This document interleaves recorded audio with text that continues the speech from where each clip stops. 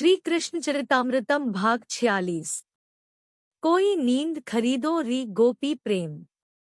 वो गोपियाँ जो गौओं का दूध दुहते समय, धान कूटते समय, दही बिलोते समय, आंगन लीपते समय, बालकों को सुलाते समय, रोते हुए बालकों को लोरी गाते समय, घर के आंगन में झाड़ू देते समय, ये प्रेमपूर्ण चित्त से नयनों में अश्रु भरकर गदगद कंठ से श्री कृष्ण का ही गान करती रहती है।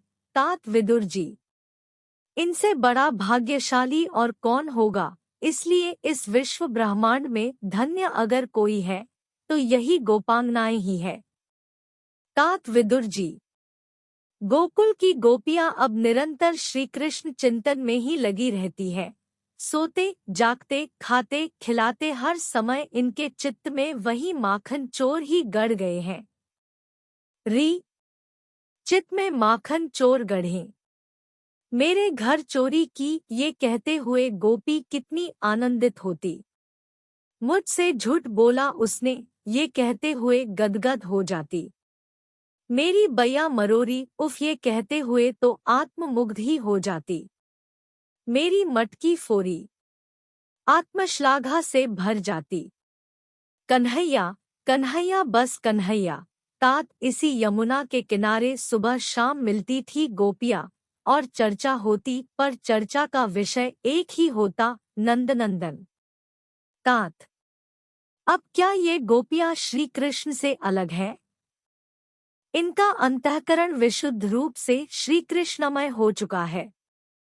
प्रेम के अनेक रूप हैं, सख्य भी प्रेम है, वात्सल्य भी प्रेम है, श्रृंगार तो प्रेम है ही।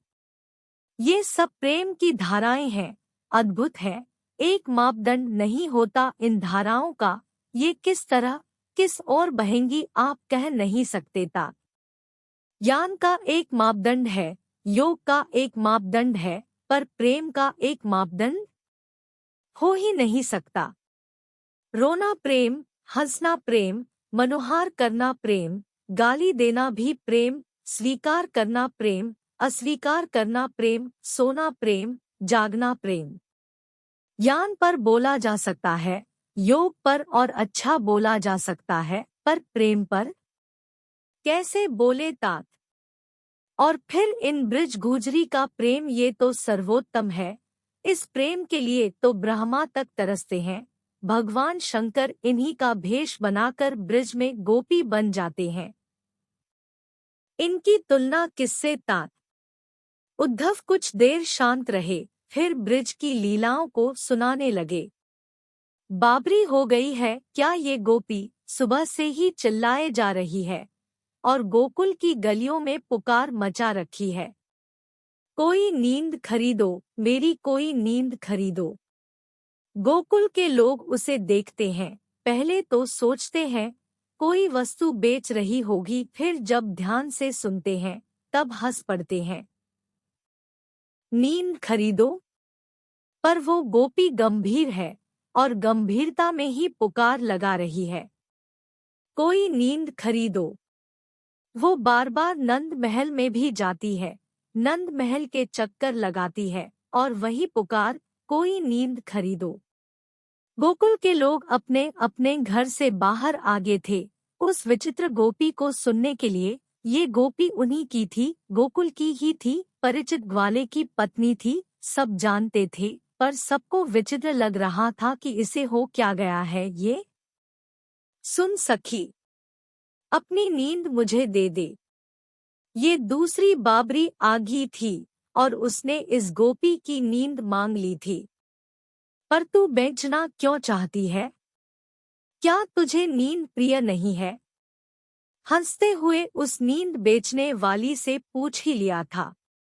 वो तो बैठ गई, सिर पकड़ लिया, नेत्रों से अश्रु बहने लगे।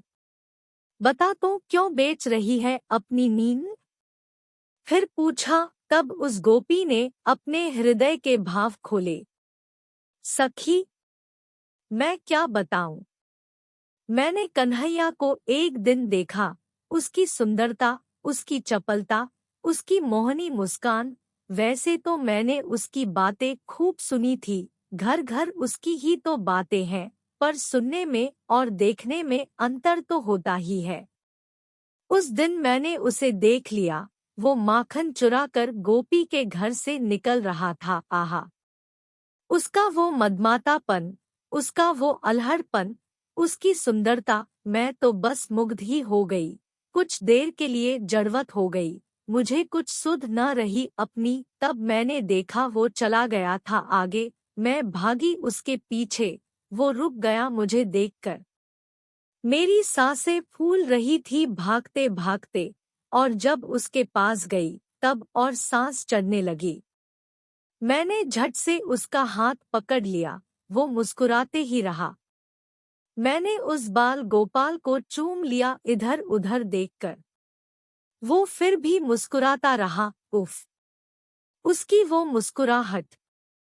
मैंने उसके आगे हाथ जोड़ते हुए कहा, मेरे घर आओ ना। वो कुछ नहीं बोला। मैंने फिर विनती करते हुए कहा, आओ ना लाला, कल मेरे घर आओ ना। ठीक है, कल रात्रि को आऊंगा, मेरी प्रतीक्षा करना।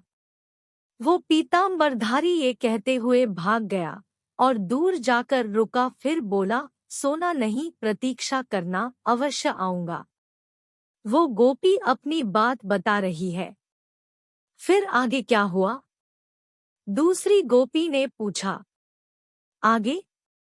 आगे उस दिन मैंने आंगन बुहारा, फूल फैलाए आंगन में, शाम को जल का छिड़काव भी किया और जल्दी अपने परिवार को भोजन कराकर सुला दिया और स्वयं प्रतीक्षा करने लगी, लाला आएगा।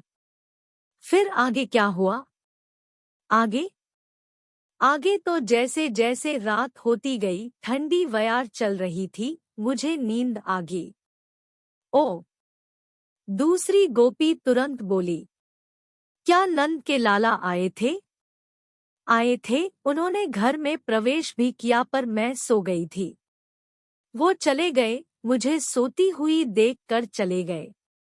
गोपी रोने लगी, आज के बाद मैं कभी सोऊंगी ही नहीं, इसलिए मैं अपनी नींद बेचने निकल पड़ी हूँ। अपनी आंसू पोंछे उस गोपी ने। दूसरी बोली, मुझे दे दे अपनी नींद। पर री, तू क्या करेगी नींद का? पहली गोपी ने पूछा। दूसरी गोपी हंसी, मेरे साथ भी एक घटना घटी है। रात में मैं थकी थी, काम बहुत किया था दिन भर मैंने, तो ठंडी हवा में चादर बिछाकर छत में सो गई। फिर क्या हुआ? पहली गोपी ने पूछा। फिर मैंने एक सपना देखा, अद्भुत सपना। कन्हाई मेरे घर आए, मेरे घर के एक कक्ष को देखने लगे। मुझे लगा शायद ये माखन खोज रहे हैं, पर नहीं, वो माखन नहीं खोज रहे थे, वो तो मुझे ही खोज रहे थे। मैं जैसे ही उसे दिखी, वो मुस्कुराए, मानो फूल झर गए थे मेरे अंगना में। मैं प्रेम के कारण रोमांचित हो रही थी। वो आगे बढ़े और दोनों हाथों को उन्होंने उठा दिया मेरी ओर, मानो मुझे कह रहे हो, मुझे गले लगा। आहा! ऐसा सौभाग्य मेरा! मैं जैसे ही आगे बढ़ी और उसे उठाने लगी, उसी समय धक मेरी नींद खुल गई सखी। इसलिए मैं कह रही हूँ कि मुझे अपनी नींद दे दे। तात विदुर जी, ये स्थिति है ब्रिज की, यहाँ सब बावरे हो गए हैं, कन्हैया के प्रेम में सब भूल गए हैं। और ये प्रेम की धारा कैसे बहेगी, किस ओर बहेगी, इसे कौन जानता है? ये तो बस प्रेम देवता ही जाने।